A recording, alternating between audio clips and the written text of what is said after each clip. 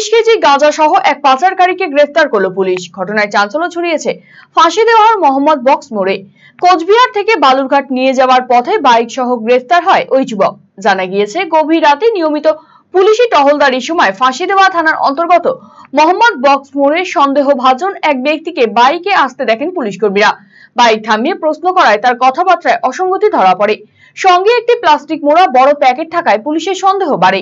Packet খুলতেই তার মধ্যে থেকে বেরিয়ে আসে আরো 2টি প্যাকেট, আর তাতেই মোড়া ছিল গাঁজা।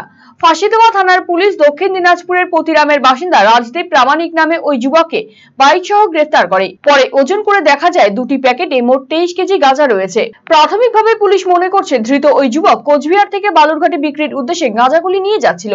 শনিবার ধৃতকে শিলিগুড়ি আদালতে তোলা হয়।